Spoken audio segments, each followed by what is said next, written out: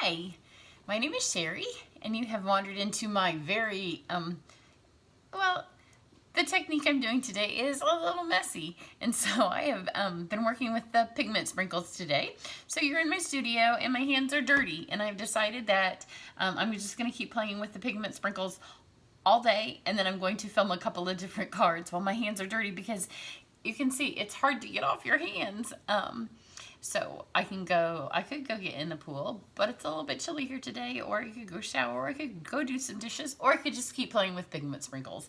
And it's partly, I think that once we use them at class, like I will know some tips and tricks to give my girls, but for right now, when you're just kind of messing with them, this is the second card that I will have made a tutorial for, and there will be a couple more coming, because I've already got this one ready to go, and then I have another one in the filming line, and then I've got another one in my head, and then I do have a set that just shipped today from Stampin' Up! That I want to do something with.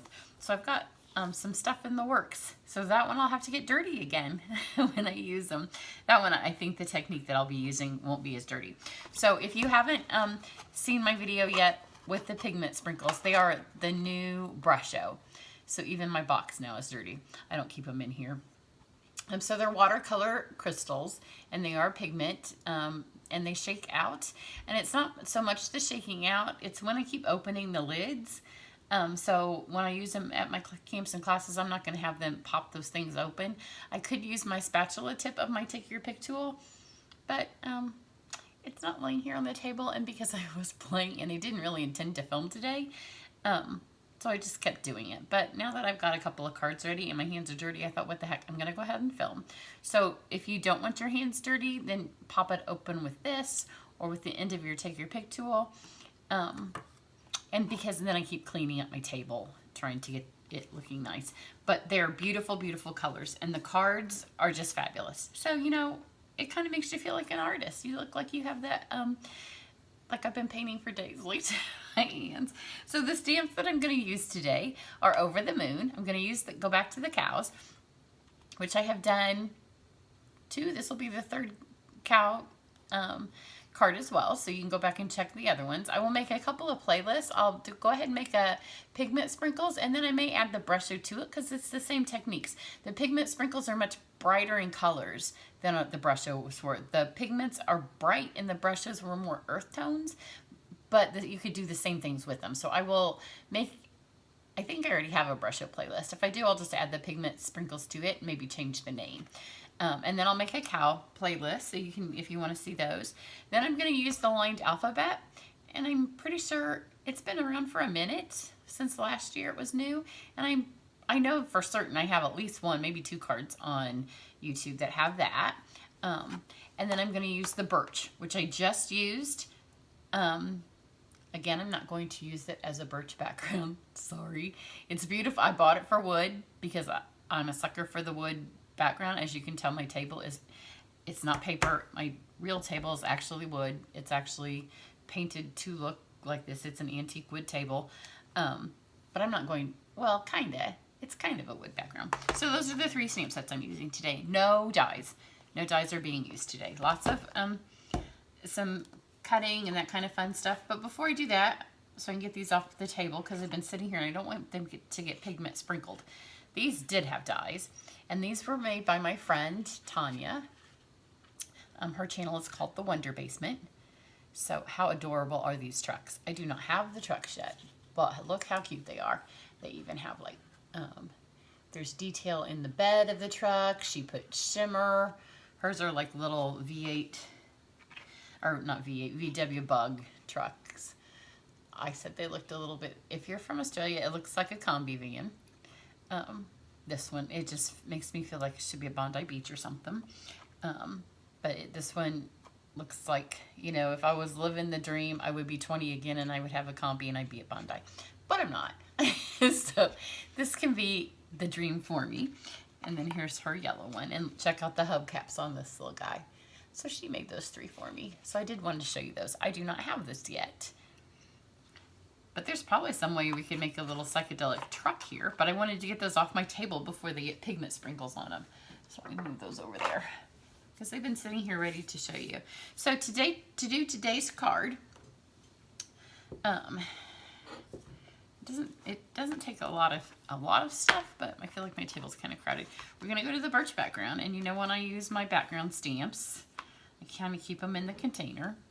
So we're gonna emboss with it. So I'm gonna use Versamark. The last time I used it, if you saw it on my A Good Man card, I wanted it to look like water. So my hint for you on that card was to make it, to not stamp really hard with the ink. That way you didn't pick up all of the little wood lines and you got more of just some water effect lines. But for this, you can get it all on there. So I've got some Versamark.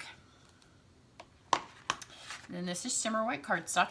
You could use watercolor cardstock or Shimmer White. I wouldn't go for any of the other. I wouldn't use regular Whisper White or vanilla, just because you're gonna have to put water on this, and you can see how dirty my fingers are. I apologize for that. I did try to get it out from under my nails before I started, but there's still some there because this stuff gets everywhere, and it's from picking the things up. Because I've done a lot of playing with it today. It's super, super fun.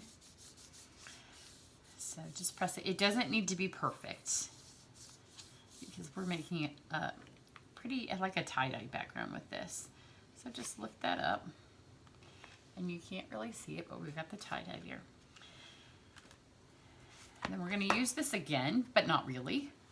So let me just show you what I did. I took the gray granite pad and just a little strip of it here, and then I went ahead and did this so this would dry. This is another strip of Shimmer White, and I just laid it here and just got one strip of gray granite. So those are the two, but I wanted that to be nice and dry. Then this is our new, once upon a time we had this and it was called holographic. So I may revert back to that because, you know, I can't remember something I did yesterday, but give me an embossing powder from 20 years ago and I can remember the name of that. This is the new Shimmer Black embossing powder. I used the Shimmer White already, but this is the first time. Look how pretty it is. That's really when I see the holographic when I look at it. So just pour this one here.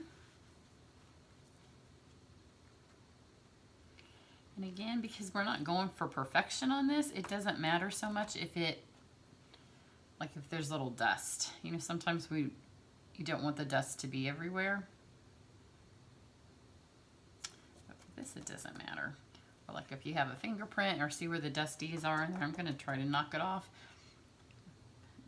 But it's not going to matter if you have a little bit in there. Put this back in here. You know, my calendar pages that I didn't use that I like to recycle my paper are great until I go to use it for embossing powder, and then it tends to fall through the little holes. A word with the shimmer embossing powders, shake them up before you use them. And I remember this from last time, but you'll see the glitter and the embossing powder must have like a different weight to them. So sometimes you can get all embossing powder in the top or all glitter, depending on how it goes. So just give them a little shake before you use them, and that'll help kind of mix them all up. And my table and my hands, everything I have in here is already a mess, so I'm just going to wipe that off onto my floor. And I'm just going to clean up later. I should have had my gun going before I got going. So then I will tell you another stuff I'm not going to do now that I've already pre-done. I took my cow. I'll have to talk really loud while my gun's heating up. I took my cow and I stamped her on another piece of Shimmer White, and I heated her up with the black. So there she is, and I've cut her out just so you wouldn't have to watch me do that because, you know, she's just stamped and embossed the same way I did this, and then cut out it when you have to watch me cut her out. I'm going to stand up so I can get a little closer so you can hear me. And I do heat from the bottom. Just old habits die hard. You don't have to heat from the bottom if you don't normally. You do want to make sure that it all melts. You can see it starts, the shimmer ones, you can see the glitter in it start to kind of twinkle as it melts. But if you don't get it all melted, then when you go to put the pigment sprinkles on and you hit it with the water, it's just going to come off and it's going to kind of make a dirty mess. So you do want to make sure that it's melted.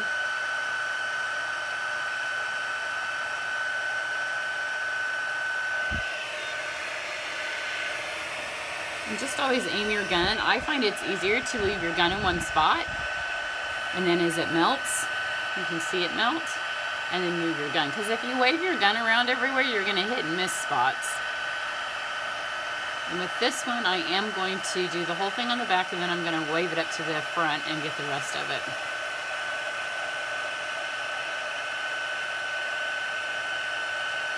And every time I heat from the bottom, people will ask me why I heat from the bottom, and it's just because when I started, embossing guns didn't exist.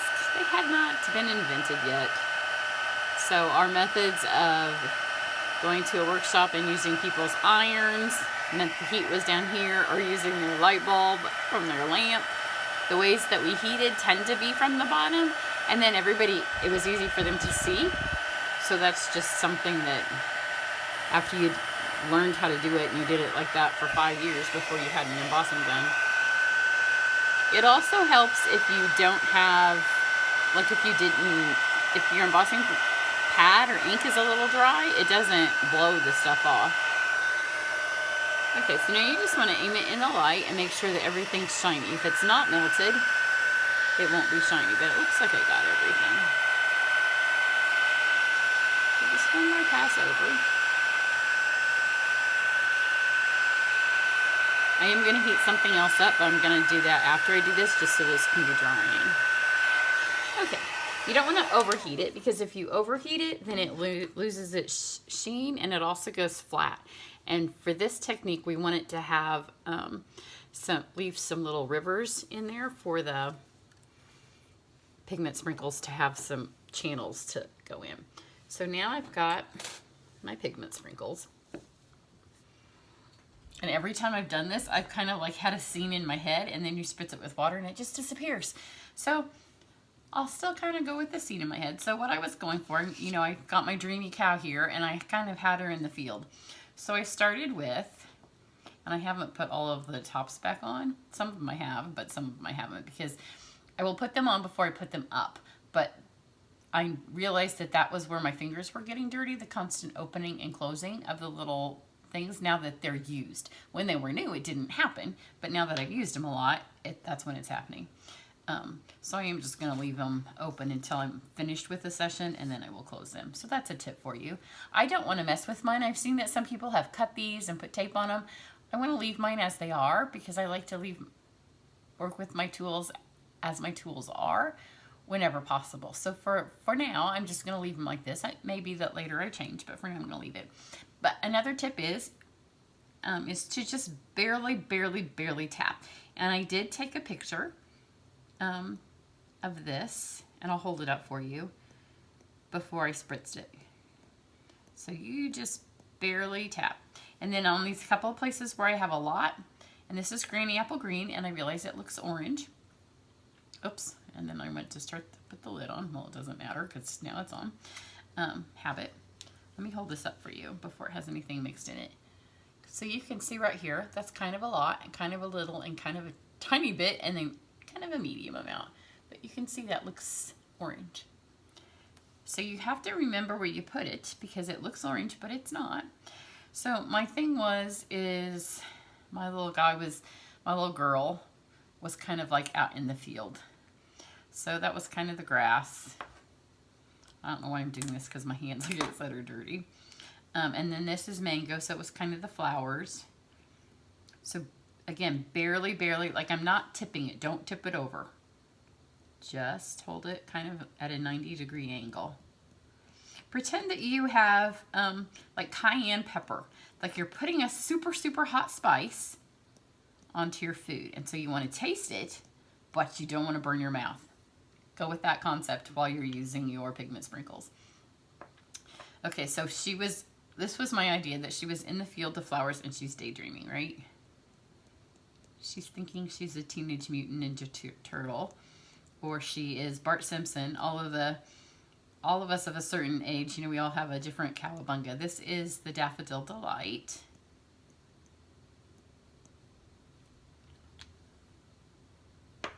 So there's kind of her grass and her field of daisies, and then a little bit of sunset, because, you know, she's falling asleep. So this is the Melon Mambo, and it looks purple. And I am going to hold it up closer so you can get a feel for, and then we'll go Bermuda Bay.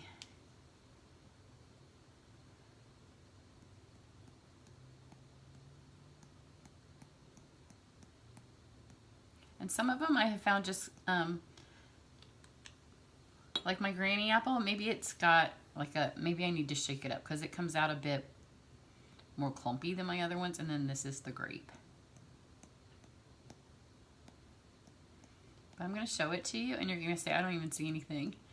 That's why I took a picture when I had my phone, because you know my phone is my camera, so I can't take a picture of this one. Because I wanted to put it on my website so people could see. So see, like down here where this orange is, which is actually the granny apple, but you really, that's how much you need, which is hardly anything. So if you put more than that, you're going to end up with a muddy look, especially because I used all the colors. On cards where you might not use all the colors, you could put a little bit more. But because I've got all 6 of them, I'm going to sneeze, on the one card, you want to go with a super light touch. So let me get these all back on here. And I have to be careful because I didn't put the lids on them. Move that out of the way.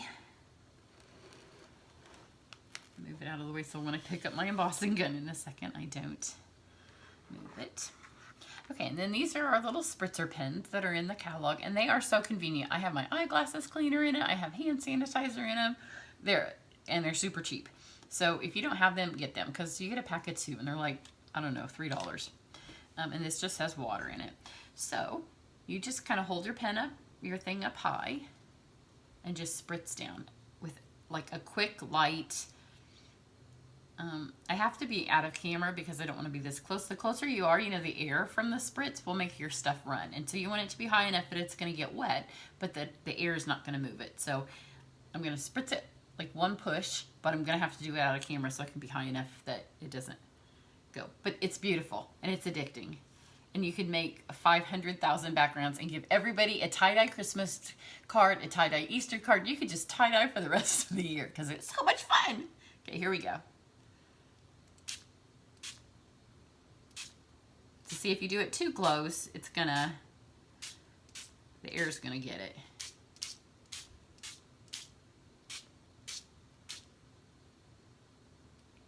Okay, and then I have a little bit of, like, not a little bit, a lot of water right there in the middle. So all you do is you kind of take your scissors or your spatula tool, and you can see where the embossing is. It just kind of moves it. Isn't that beautiful? And it just kind of moves it around. A little bit more blendy over here. Now once it's wet, you can hit it a little bit closer. There we go. Now I'm going to take my heat gun again, and now it's a little hotter, and I'm just going to get it, you could let it just completely air dry like this, but I want it to dry so I can be able to finish the card for you. And I'm going to put it on the lighter setting. And the embossing kind of keeps it, you know how I said I wanted to keep it in the lanes. If you over melt your embossing powder, then you're going to lose that effect because it's not going to keep it in the lanes. This is also why you have to use either watercolor. If I used watercolor cardstock, it would be almost dry now. But the Shimmer cardstock has that coating on it. But if you used Whisper White or Vanilla, your cardstock itself will get a funny texture to it. And we don't want a funny texture to our cards. So the Shimmer has, the stuff that makes it shimmery also makes it work well for this.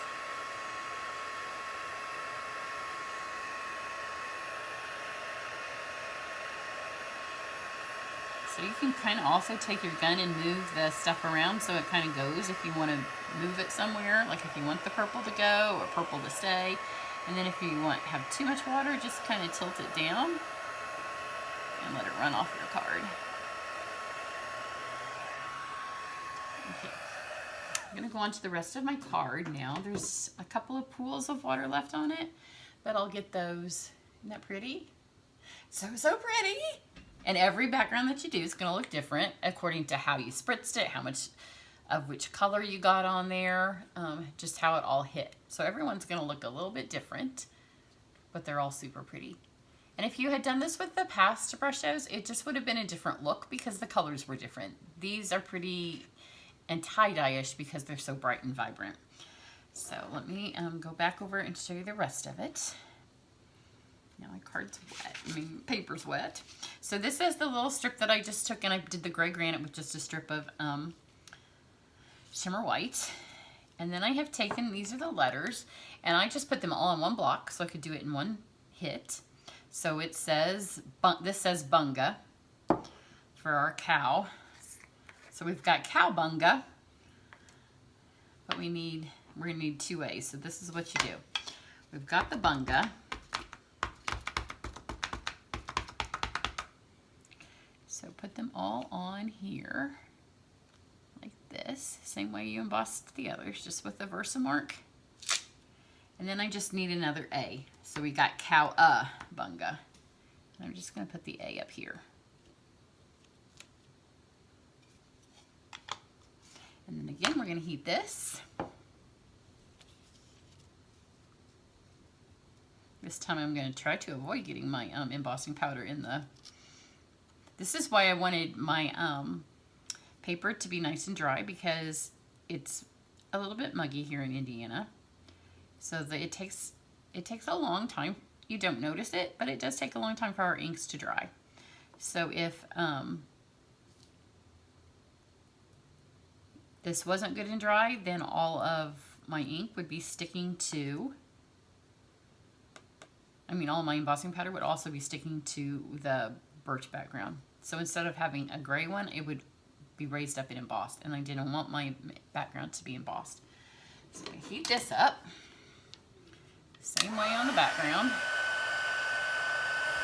And you could do each individual letter at once, but it's a whole lot faster if you have a big block to just put all the letters that you're gonna need on one big block and just get it all done. You can see it's still, I stamped this probably 2 hours ago. And it's still, some of the ink is still wet. If you live someplace where it's dry heat and it sucks the moisture out of your eyeballs when you walk outside, that's not gonna happen to you. Or if it was winter here and we had our electric furnace on, it wouldn't happen. But because it's summer, we don't have the air on. I don't have the windows open today because it's not hot out. So I closed the window so the birds and the wind wouldn't interfere with my filming. So here we've got this. Got my powder. And then to color this all in, I've just heard, and I meant to do a little bit more research before I told you this, but I've heard that it's not good for blends to be used with embossing powder or alcohol inks. So I think I knew that before we had alcohol inks. Like, I think it's a Copic thing. So I didn't want to use my blends. You could if you want to, but I would find out. But the nice thing about our new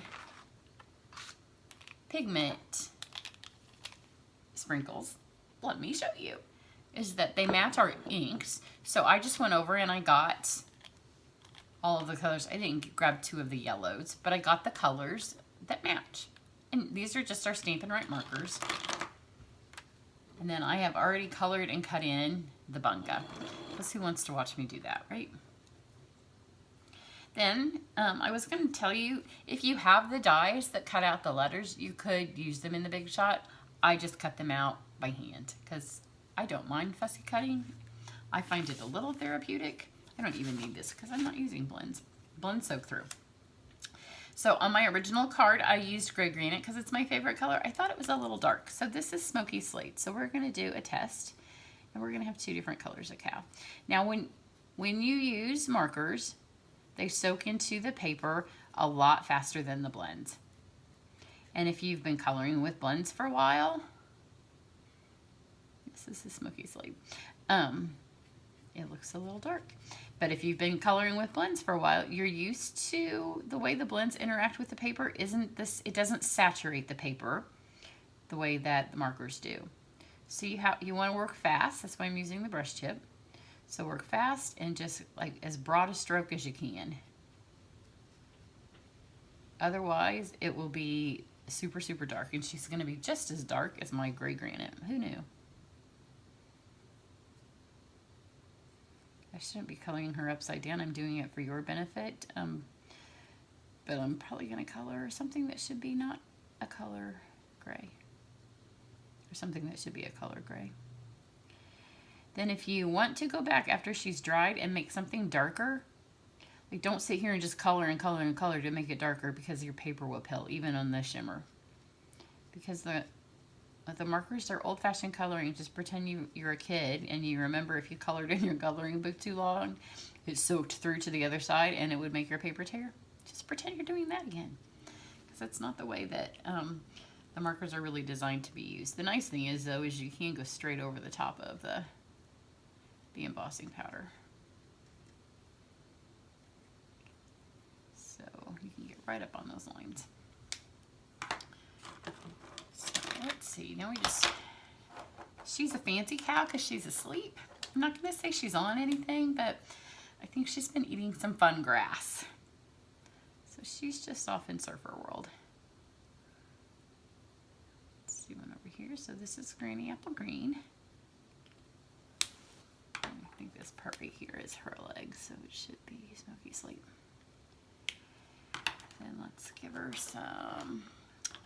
This time I'm gonna color her differently than my first one. I'm gonna give her hooves. All are going to be mango.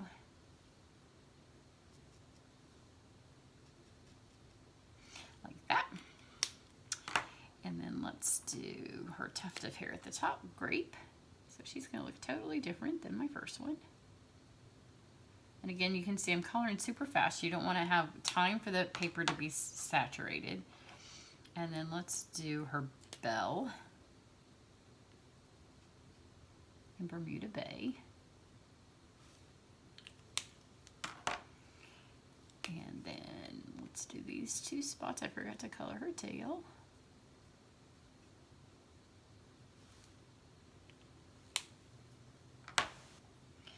In Mambo.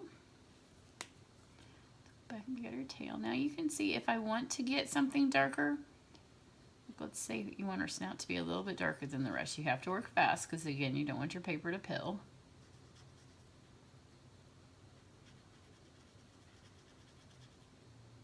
But you can get her a little bit darker. So you can see it's not the same effect as coloring with the blends. Like, you're not going to get blended, but you can get it a little darker. Okay, we need something for her tail. Let's do her tail in purple. Since her tuft up here at the top is grape, we'll make this be grape too. And there's no lighter or darker like you get with the blends, but they're quick. And for this card, there's so much color going on, they work fine. Then I'm gonna take my Wink of Stella.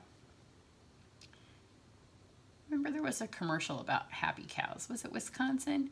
One of you that's from Wisconsin. Was it your state that had happy cows make, was it cheese or milk or something? The cows that were happy? I think she's from there. I think she's wandered off from the 80s. That commercial may have been in the 90s. But you know, this is just a overall, I don't know, Cowabunga, Teenage Mutant Ninja Turtles, and then was it Bart Simpson that brought it back? It's just been kind of all out there. Okay, now you can see this is pretty much dry. In fact, there's no pooling water left. There was a little bit when I stopped. So that amount of time. So if you're a demonstrator and you want to do this in an event, there's plenty of dry time. You don't have to worry about it not being dry. And if you use watercolor cardstock, it'll for sure be dry. So now I've got a Bermuda Bay background. Fold this in half. I thought about multiple sayings to put with it. I mean, you could do Party Till the Cows Come Home, which is part of the set. I'm going to use, I would use, if I was doing it while it was wet at class, I would use green glue maybe to stick this down. But I've still got some fuse left, so it holds pretty well. I'm going to put it on here because it's another tip for you. This is a little smeary if you like rub it on it. So it's better to just put it here and not press this onto your table and then press hard on it. So then you have to kind of decide which direction do you want this to go. Do you want, because you know my theme was she was sitting in the grass and that was sky, but then once it was on here it's like, yeah, whatever. It's just a bunch of tie-dye. So let's see. I think I'm gonna go this way.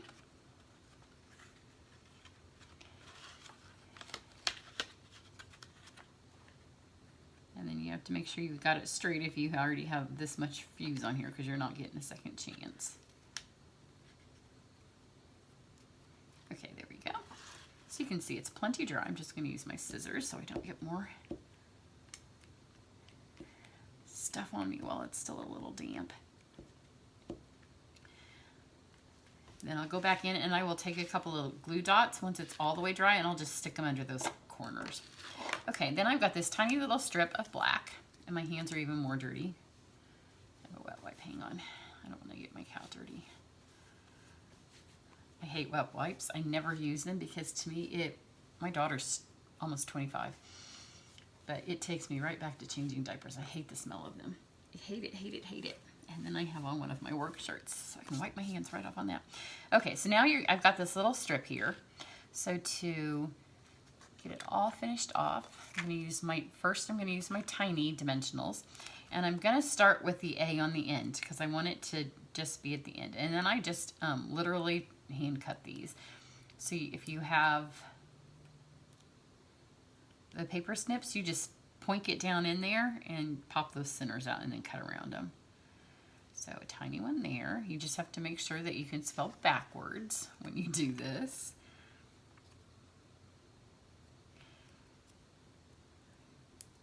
If the letter's big enough, then you can put 2 on here. The A doesn't really have space. And the mini dimensionals are just the right size, so if you angle them wrong, you're still gonna see them. So if that happens, like this one does, I'm gonna take a black Sharpie when I'm done, or my black blend, probably my blend. Oh, this one's gonna pull up okay. Because they have to be angled with the straight on there, or otherwise they show through. But you can take your black blend and just hit that with the side of your blend, the little white piece that's showing, and then you won't see the white, because you do have to get these on here just right.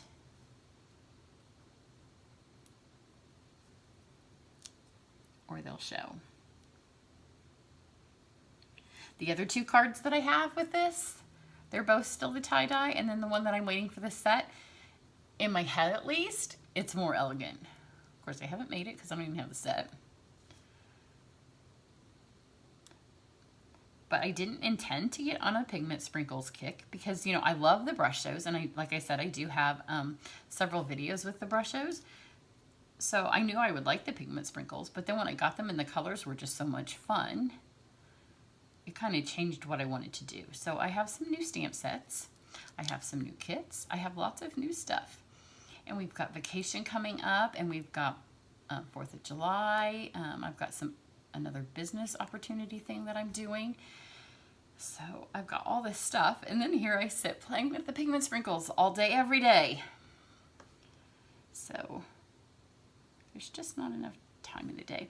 So on days, I know some people get really bummed in the summer when the weather, it's sunny out today. It rained last night, so here in Indiana, it's kind of cold. It's not cold. It's all relative. If it was in the high 60s in the wintertime, we would think it was paradise. But it was in the 80s yesterday, and I was in the pool because I knew that today was supposed to be cold. But sometimes when it rains, I'm like, well, at least I don't feel like I have to be outside, or like I'm wasting, you know, exercise time in the pool, or, you know, working in the garden. So some of us, you know, aren't as bothered as long as it doesn't rain every day in the row. Those of us in the Midwest, you know, we've had a lot of rain this year. So I've got this strip, and then I just put the abunga here. And then this is just a measuring tip for you. It doesn't have to be straight because, again, there's a lot going on here. And then I just cut it off. So just line it up and then cut that.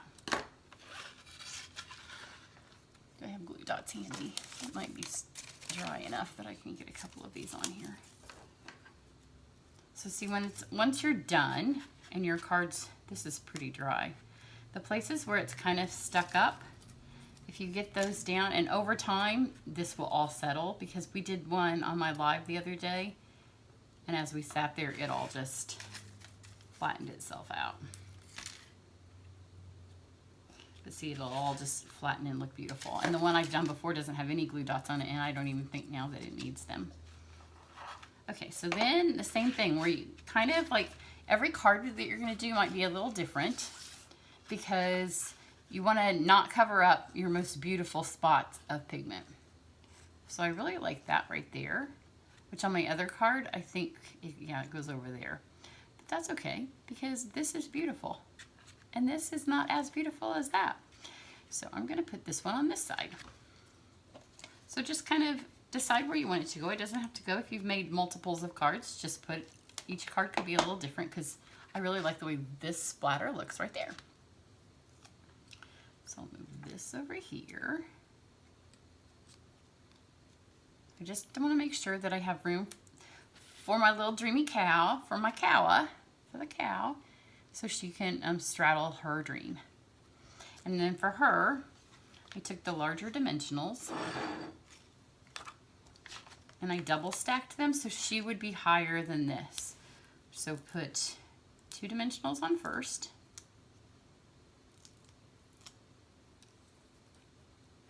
And then put another dimensional on top of those dimensionals. And then she's got more height than the words.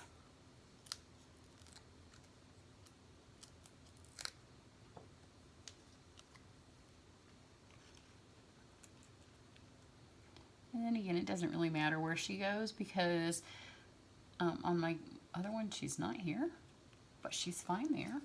And these are just the red rhinestones. You could use any of the little rhinestones that are the same size as her little cowbell. Because when you're off in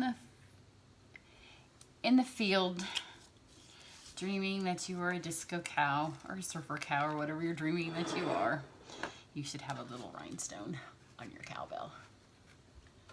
So here's the one I did earlier. You can see that the tie-dye itself, as all tie-dye shirts are different, all your tie-dye backgrounds are going to be different. You can see the birch is flipped. My abunga is flipped. So just work with where the placement is best on yours. And actually, I wanted my cow to be lighter, so I went with Smoky Slate, because in my head, Smoky Slate is lighter than gray granite. But gray granite, you know, is my favorite color, because is it gray, is it brown? And here is actually lighter than the Smoky Slate. So if it was all said and done, I would rather have the gray granite back. But it is what it is, because once you've colored with the marker, there's nothing you can do. There's no color lifter. If I used the blends, you could lift the color off, but you can't do that with this. And on these, I also did color over with the Wink of Stella on the letters, but I don't think it needs it. There's so much going on that they kind of get lost. So I hope you like that. Come back in the next day or two whenever I get the next one posted. It's laying over here and it's finished and it's adorable. So you're going to want to see it too. It uses the Friend Like Me stamp set. And then the next one's going to use, I'll show you what it's going to use. Well, I don't know, because I have this, because it will be super cool, but that's not the one that I have. I'm going to use this one. It's called Here's to Strong Women. So, you know, it's Father's Day week, so I might as well use this. When I first had my daughter, I'll tell you just a quick story. We lived in Australia, and a friend of mine had 4 kids, and it was either You've Got Mail, I think it was You've Got Mail, maybe Sleepless in Seattle. It was a Tom Hanks, Meg Ryan movie, and it had just come out, because back in the day, Australia used to get movies like 6 months, a year later than the United States, and it had opened on Father's Day weekend, and so she arranged for us all to go, and I'm like, it's Father's Day, and she said, let him be a father. So, you know, we're gonna go to Here's to Strong Women in honor of Father's Day. So everybody have a nice day. Go get your hands dirty and play with some pigment sprinkles, and because I love them so much, check back on my website, because I will somehow incorporate them into my weekend special. So have a great day. Bye.